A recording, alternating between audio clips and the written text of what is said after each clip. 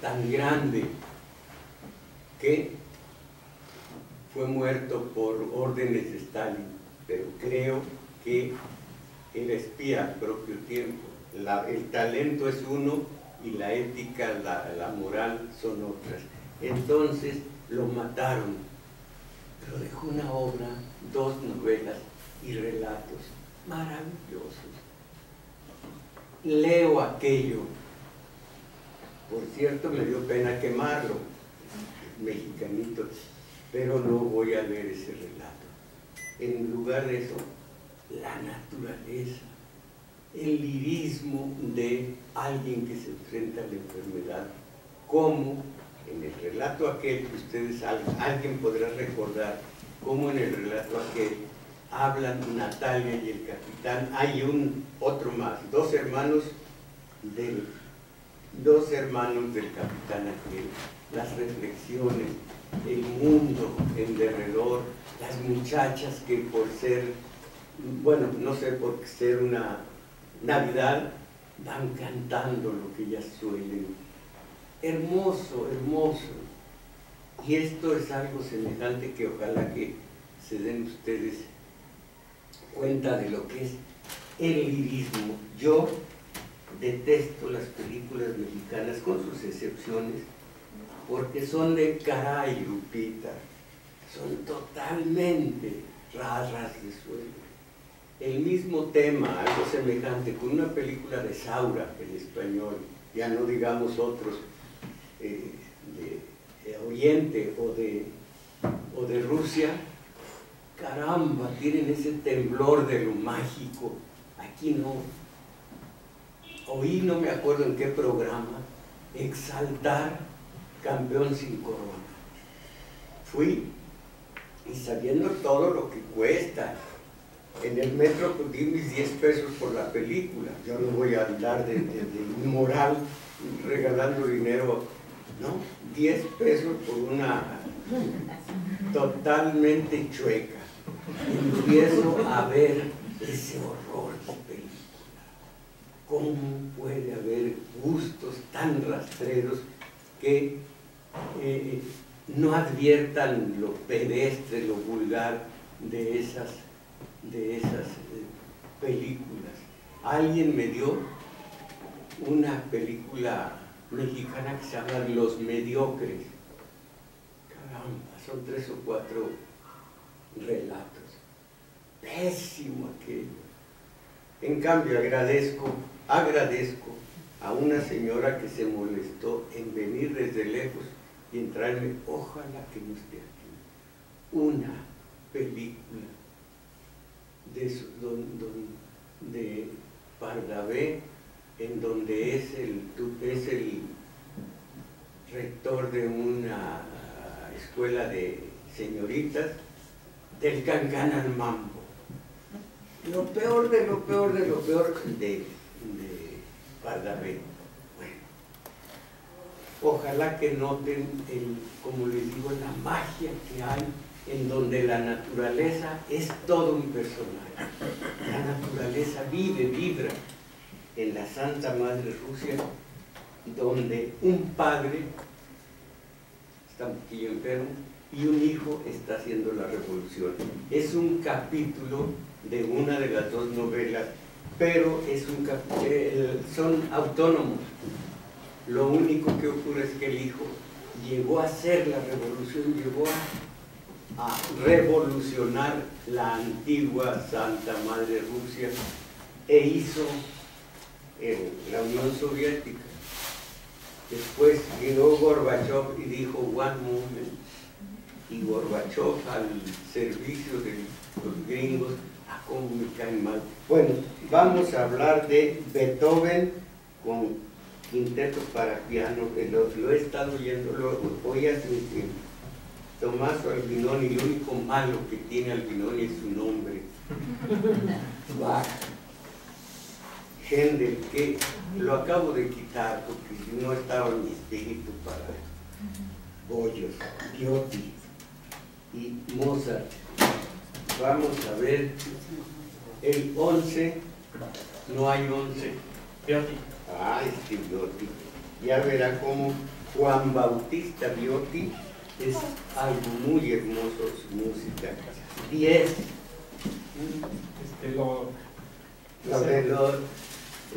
Pasa. 8, bueno, pues que no lo barajamos, Pasa. ¿El segundo que dijo? Albinoni. Conste que es Tomaso. Allá ustedes.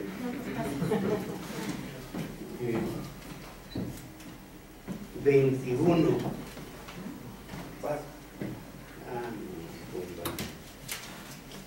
Aprendiz de brujo, aprendiz de músico, no es muy bueno. Hoy oyeron abajo mientras hablaba yo del alcoholismo. A quien haya oído en la mañana el programa. ¡Qué música! 14. No, bueno, no tenemos 14. 5. No tenemos 5. Bueno, 3. ¿Por qué? 3. Tampoco tenemos 3. 12. ¿Qué no había salido 12? Soy yo. ¿Cree que lo merece? No. ¿Cuál le mandamos? El que usted guste. ¿Cuál Pues tiene? nada menos que quintetos para piano de Beethoven. A mí me gusta más que sus sinfonías, excepto siempre hablando que de la novena está parte 4. Esta dale 4. Sí. ¿Sí? Pues ¿cuál quedó? Bueno, ahí le va Ende. Y por último queda Mozart para... Pero más que le aquí estoy bien. 27. ¿Sí? Espera. ¿Cuál?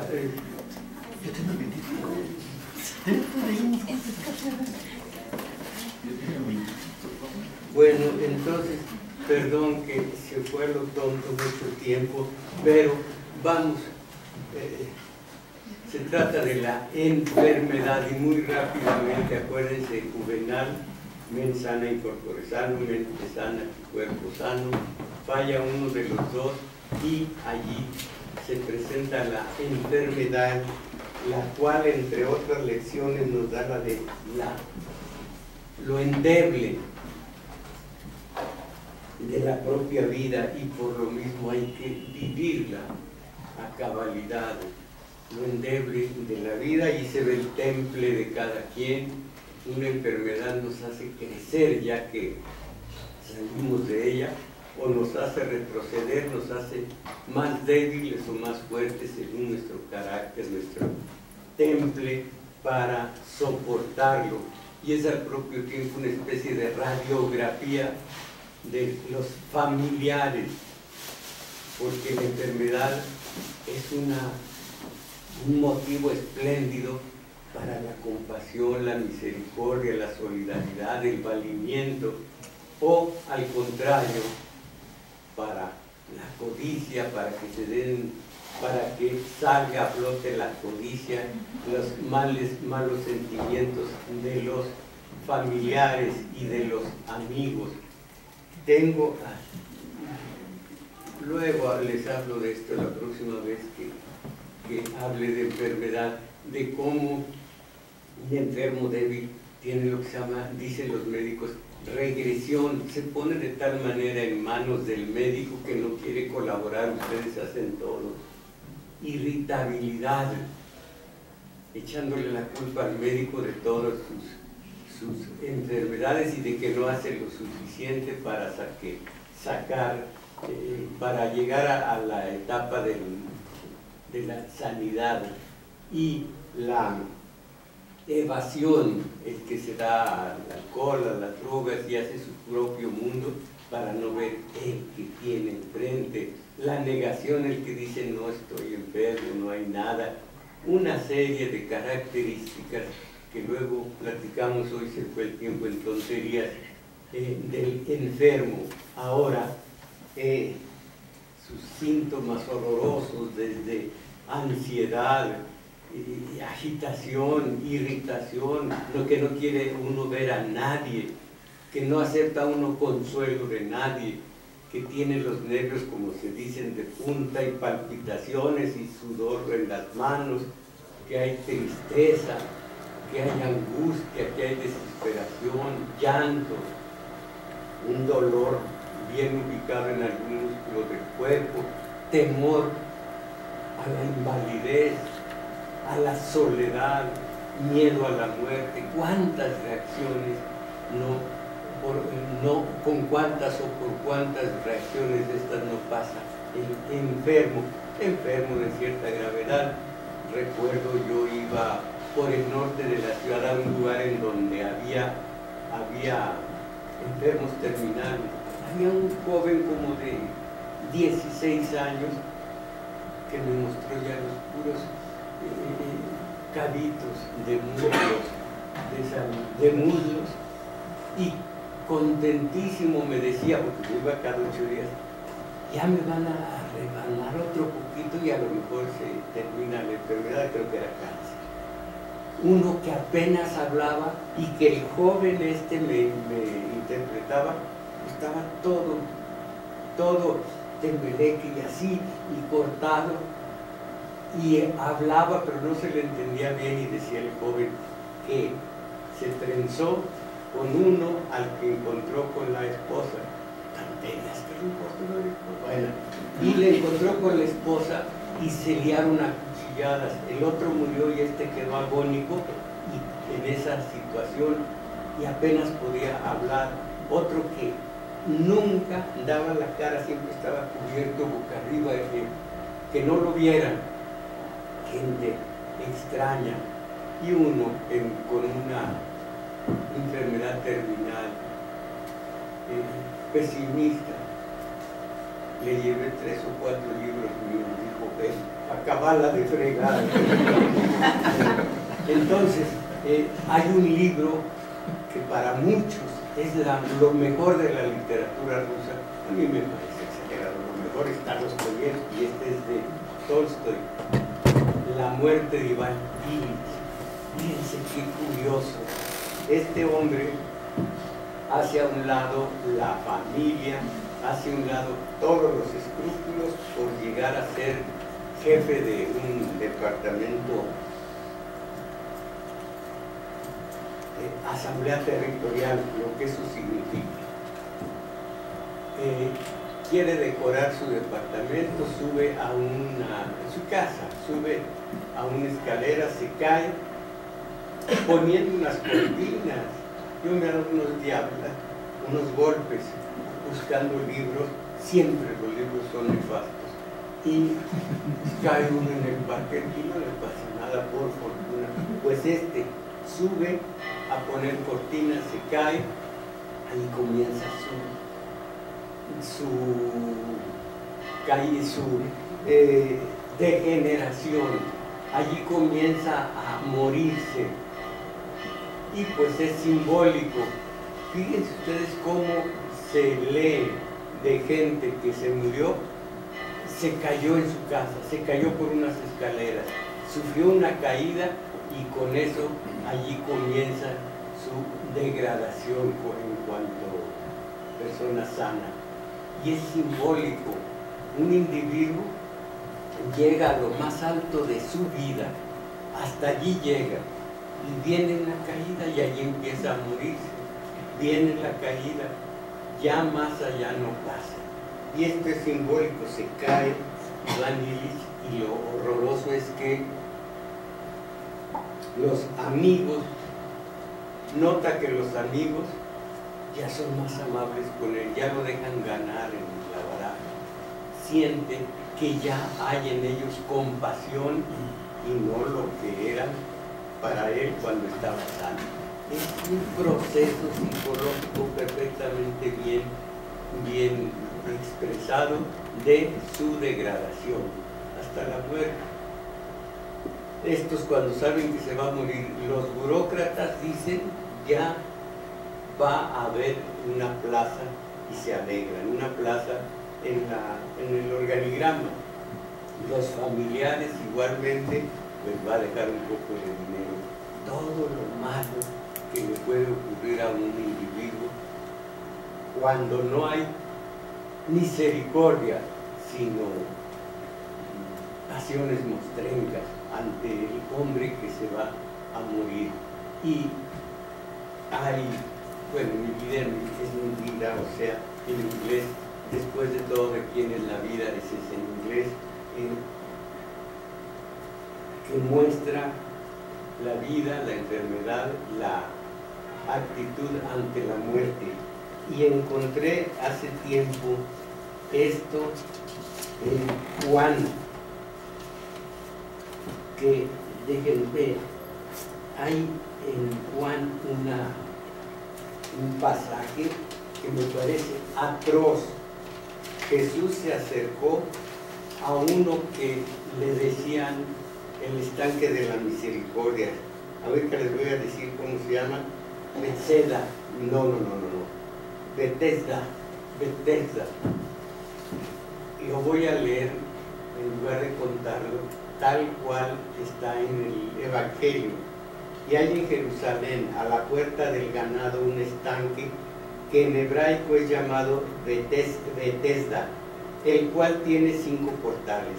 En estos yace multitud de enfermos, ciegos, cojos, secos, que estaban esperando el movimiento del agua, porque un ángel descendía a cierto tiempo al estanque y revolvía el agua, y el primero que descendía en el estanque después del movimiento del agua era sano de cualquier enfermedad que tuviese. Y estaba ahí un hombre que había 38 años que estaba enfermo. Cuando Jesús vio a este echado y entendió que ya había mucho tiempo, dícele: ¿quieres ser sano? Señor, le respondió el enfermo, no tengo hombre que me meta en el estanque cuando el agua fuere revuelta, porque entre tanto que yo vengo, otro antes de mí ha descendido. Dícele Jesús: levántate, toma tu lecho y anda. Y luego aquel hombre fue sano y tomó su lecho e íbase. Y era sábado aquel día. Entonces los judíos decían a aquel que había sido sanado: sábado es, no te es lícito llevar tu lecho. Respondióles: el que me sanó, él mismo me dijo: toma tu lecho y anda. Preguntaronle entonces: ¿quién es el que te dijo? Y el que había sido sanado no sabía quién fuese, porque Jesús se había apartado de la gente y estaba en aquel lugar, de la gente que estaba en aquel lugar. Después le halló Jesús en el templo y díjole: he aquí, has sido sanado, no peques más, porque no te venga alguna cosa peor. Él se fue y dio aviso a los judíos que Jesús era el que lo había sanado. Y por esta causa los judíos perseguían a Jesús y procuraban matarle, porque hacía estas cosas el sábado. Y Jesús le respondió: mi Padre hasta ahora obra y yo obro. Terrible que en un estanque de estos hay alguien que ya tiene 39 años esperando, y como no puede ir rápidamente al estanque, tienen que esperar otro lapso de tiempo que quién sabe cuántos años sean. Se me hace horroroso. Pero ahí está el estanque que sana de cualquier enfermedad al enfermo. Y en sábado era, y todavía hoy es punible, aún contestar el teléfono. Y sin embargo, Jesús hizo esto en sábado. Y además le dijo: carga tu lecho y vete. Le dijeron los judíos: eso está mal. Y él dice: Dios lo quiere, yo también. Un momento. Uno de los mandamientos dice, y ya se ha, de la ley mosaica, de la ley de Dios, ya se ha modificado mucho y ha quedado en santificarás las fiestas. Y en el original dice: en sábado no harás ningún movimiento. Eso lo dijo Dios. ¿Por qué ahora Jesús lo viola esa ley del propio Dios? Yo no lo entiendo. Pero esto es una especie de contexto para el relato. Como les digo, vean el aliento poético. Aunque es extenso, no, lo más de mínimas cosas, de descripciones que no aportan mayor cosa. Y si no hubiera tiempo de más, sea el fin en este relato, sea el equivalente al poema. Se llama La muerte del viejo Archipó. Aquel día la aurora se levantaba con su manto descolorido. Un pastor cantaba a lo lejos su acostumbrada canción dulce y triste. El jardinero Iván Spiridonovich Archipov, despertado por la canción del pastor, se levantó allá en su casa, al pie de la colina, y fue a lavarse a la puerta, rociándose abundantemente con un jarro de agua fría. Enseguida comenzó a ordeñar la vaca. La aurora se levantaba con su manto descolorido. En la isba, como aquí decir una cabaña, en la isba negra de Iván, en una habitación pequeña de ventanas bajas, donde se podía con solo ponerse de pie, dar con la cabeza en el techo, había un escritorio de nogal y el diván de cuero sobre el que dormía, generalmente sin desnudarse, Iván Spiridonovich. Después de encender 2 velas sobre la mesa, lo que dio un tinte azulado a la luz de la aurora, Iván Spiridonovich se sentó, su cara delgada y pensativa. Tomó los lentes y se puso a leer en un grueso libro de medicina. En otra habitación, Archip, el hijo de Iván Spiridonovich, se levantó también con la aurora.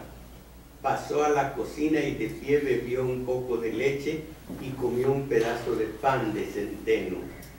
El padre se puso a dar vuelta en torno a su hijo. ¿Qué te parece? ¿Se puede tener confianza en la medicina?, preguntó el padre con tono indiferente mirando a la ventana. Claro que se puede tener. La medicina es una ciencia. ¿Por qué? Nada, un pensamiento. Tomé un libro de la casa y acabo de hojearlo. ¿Qué calor hace? También yo creo que se debe tener confianza.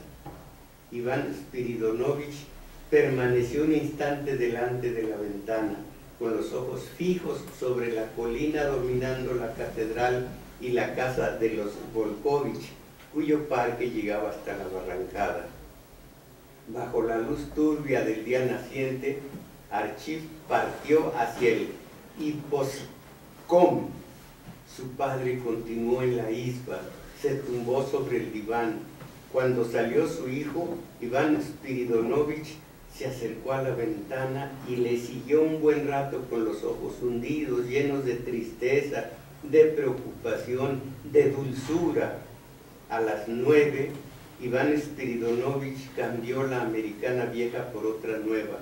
Se quitó las zapatillas, se puso al cuello un pañuelo blanco, se hundió hasta las cejas una gorra con visera encerada y partió hacia el hospital para ver al doctor.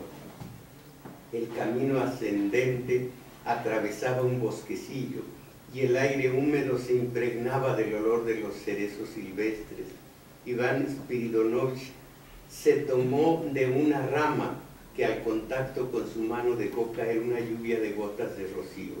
La arrancó y aspiró el perfume de las hojas, las aplastó entre sus dedos y triste, pensativamente, dijo en voz alta: la vida, sin embargo, es bella. Así, con la rama en la mano, entró en el hospital rodeado de pinos enanos y fue a instalarse en el gabinete del doctor Nefleninov.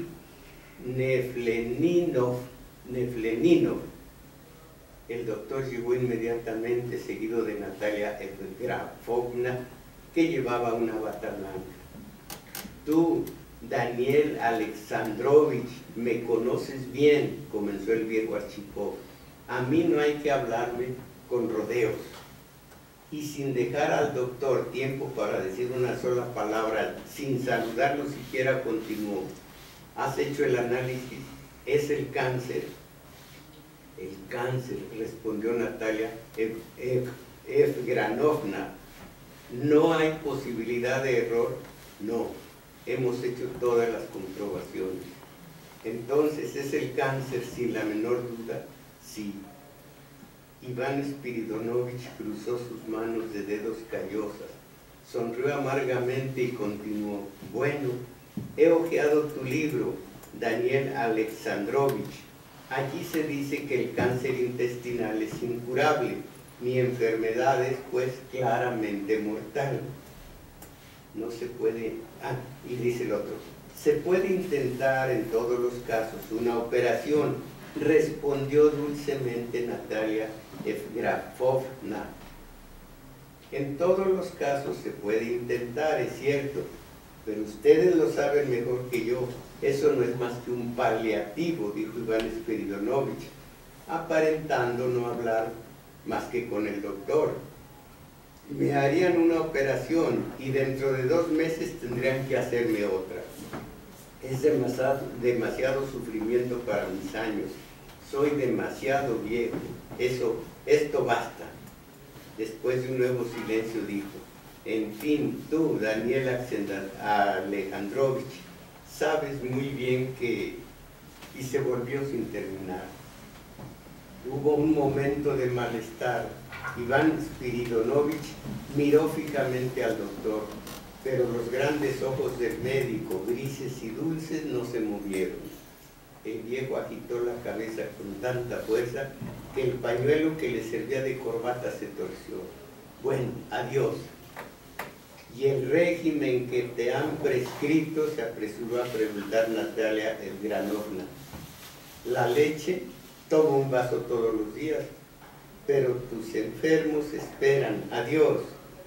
No tengas tanta prisa, Iván. No, adiós, adiós, que sigas bien. Todo estaba dicho ya entre los tres. El malestar continuaba pesando. A pesar de la insistencia del doctor, Iván Spiridonovich tenía prisa por marcharse. Únicamente, y en el vestíbulo, se hundió la gorra hasta las orejas y volviendo bruscamente sobre sus pasos, estrechó con fuerza la mano del doctor. Después lo abrazó. Es la muerte, déjame que te abrace. Los ojos de Natalia Evgranovna se llenaron de lágrimas. Daniel Alexandrovich apretó al viejo contra su pecho. Como en aquel momento Natalia atravesaba el vestíbulo, Iván Spiridonovich volvió la cara y dijo sordamente, nosotros los viejos tenemos que dejar el sitio a los jóvenes, para ellos es la vida. El mismo día, a la misma hora, en el Ispolkom, su hijo Archip Archipov escribía estas terribles palabras para fusilar. Era un líder revolucionario. De vuelta a casa, Iván Spiridonovich se acostó en el diván, la cabeza contra el muro, y así permaneció inmóvil hasta el regreso del hijo. Archip volvió a las 5 y los dos pasaron juntos el resto de la jornada, ocupados en los domésticos quehaceres, hasta la hora de silencio que se toca en los cuarteles a las 9, hora solada. El sol se acercaba a su fin, el crepúsculo se deslizaba ya sobre los jardines, un olor a frambuesas bajaba del dominio de los Volkovich y varias mujeres con faldas de colores vivos entonaban unas canciones. El reloj de la catedral sonó, don, don, don. Tocaron en el cuartel el toque de silencio. Las mujeres siguieron cantando. El rebaño regresó. Iván Spiridonovich apareció en la puerta, desapareció, volvió con una vela, la puso sobre la mesa y se sentó al fin, apoyando los codos en los bordes de la madera. Tengo que hablarte, Archie. Escucha, dijo gravemente. Un sabio filósofo, no recuerdo cuál, ha dicho que si se ha de morir lentamente durante largos meses sin dejar de sufrir, es preferible tomar por sí mismo una radical decisión. Casi estoy seguro que fue Séneca. Es preferible tomar por sí mismo una radical decisión. Recuerdo que tú me has dicho que estás de acuerdo con tal opinión. Pues la muerte no es, a pesar de todo, una cosa tan terrible, continuó Iván Spiridonovich dulce, lentamente, reuniendo las palabras con dificultad y bajando la cabeza. Archie hizo un movimiento, cambió de sitio. Explícate más claramente, padre, dijo con voz natural. ¿Qué quieres decir? Al decir estas últimas palabras, temblaba su voz. Hoy he ido al hospital a ver a Daniel Alexandrovich. Me ha dicho que tengo una enfermedad incurable, un cáncer intestinal, que no tengo más que 2 meses de vida y que durante ese tiempo sufriré dolores terribles. ¿Has comprendido? Archie Ivanovich describió alrededor de la habitación un círculo de los más extraños. Se abalanzó hacia su padre, pero después de dar 2 pasos, dio bruscamente media vuelta hacia la puerta y luego fue a detenerse con aire tranquilo ante el escritorio, volviendo la espalda a su padre. Decías, Archie, y estoy de acuerdo contigo, que es preferible tomar la delantera. ¿Lo has dicho? ¿Sigues pensándolo? Archie no respondió enseguida. Al fin, con voz sorda, dijo, sí, lo sigo pensando. Es decir, que es preferible morir voluntariamente. Sí, dijo la misma voz sorda del hijo. Pienso lo mismo, una vez muerto se acaba todo, ya no se sufre, dijo el papá. Únicamente, padre, la palabra padre fue pronunciada con un doloroso sobresalto. Eres mi padre, he pasado contigo toda la vida, todo lo que soy es tuyo, comprenderás que es muy duro para mí. Iván Spiridonovich se agitó en su silla como si buscase algo. Se levantó, estuvo un momento de pie, luego se aproximó a su hijo que le volvía la espalda. Puso las manos sobre los hombros de Archie, apoyó la cabeza contra la chaqueta de cuero del joven. Sí, comprendo, eres mi hijo. He dudado durante un momento. Habría sido mejor callarme o hablarte. Es duro, muy duro, pero es preciso que lo aceptes. También para mí es penoso. Querría vivir todavía, ver lo que llegarás a ser, lo que saldrá de tu obra. Eres mi hijo, mi sangre. Podría sin duda vivir unos meses, pasar hambre, retorcerme de sufrimiento, pero no quiero. Mírame. Al volverse Archie, los ojos sombríos del padre y del hijo se encontraron. Los del uno con grandes ojeras, enfermizos y brillantes. Los del otro, jóvenes, voluntariosos, audaces. Durante un instante se miraron inmóviles, silenciosamente. Espera, padre, ahora vuelvo. Archinovich salió afuera, se sentó, miró al cielo, las estrellas. Ya junio se inclinaba sobre julio. Los astros de platino se transformaban en astros de plata y estaban dispuestos allá en lo alto como las almohadas de terciopelo del zar Alexis. Media hora más tarde, Archie Ivanovich volvió a entrar con paso decidido. Se sentó inmediatamente al lado de su padre y dijo con voz serena, yo en tu lugar me suicidaría, haz lo que te parezca mejor. Iván Spiridonovich se levantó, su hijo también, y los 2 hombres se abrazaron en silencio. Iván Spiridonovich buscó en el bolsillo trasero del gabán, sacó un pañuelo nuevo, lo desplegó, pero no se limpió los ojos, que seguían secos. Después de haberlo arrugado, volvió a meterlo en un bolsillo del pantalón. Para ti es la vida, hijo mío, no abandones tu obra, cásate, ten hijos. Se volvió, tomó la vela, salió. Archie Ivanovich continuó de pie, las manos a la espalda como acostumbraba a hacer su padre. Después se acercó a la ventana, la abrió y se estuvo asomado a ella hasta la aurora. Una orquesta de instrumentos de cobre tocaba en el Cinema Venecia. La niebla ascendía del río. En la parte de la isba destinada a los trabajos domésticos, Iván Spiridonovich se tumbó en el diván, la cabeza vuelta contra la pared, y se durmió inmediatamente con sueño profundo. Apareció la aurora con su manto descolorido, hizo sonar el pastor su cuerno, y su canción dulcemente triste despertó a Iván Spiridonovich. La vela ardía aún, pero completamente consumida y oliendo fuertemente a cebo. Más allá de las ventanas se deslizaba la niebla azulada. Iván Spiridonovich pensó que durante el sueño no había experimentado nada de particular y que de la noche a la aurora las horas habían pasado en un cerrar de ojos sin que se produjese nada terrible.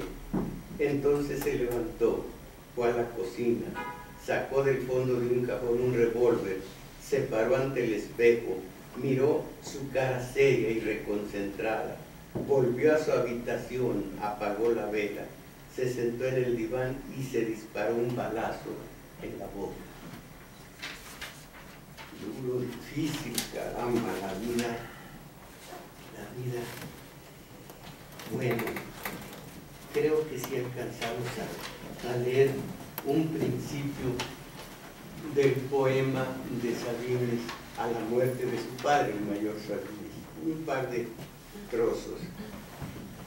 Déjame reposar, aflojar los músculos del corazón y poner a dormitar el alma para poder hablar, para poder recordar estos días los más largos del tiempo. Convalecemos de la angustia apenas y estamos débiles, asustadizos, despertando 2 o 3 veces de nuestro escaso sueño para verte en la noche y saber que respiras. Necesitamos despertar para estar más despiertos en esta pesadilla llena de gentes y de ruidos. Es cuando el papá está en el hospital. Tú eres el tronco invulnerable y nosotros las ramas. Por eso es que este hachazo nos sacude. Nunca frente a tu muerte nos paramos a pensar en la muerte. Ni te hemos visto nunca sino como la fuerza y la alegría. No lo sabemos bien, pero de pronto llega un incesante aviso, una escapada espada de la boca de Dios que cae y cae y cae lentamente. Y aquí que temblamos de miedo, que nos ahoga el llanto contenido, que nos aprieta la garganta el miedo.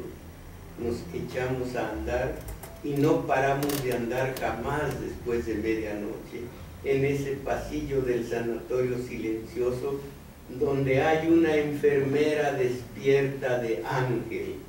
Esperar que murieras era morir despacio, estar goteando del tubo de la muerte, morir poco, a pedazos.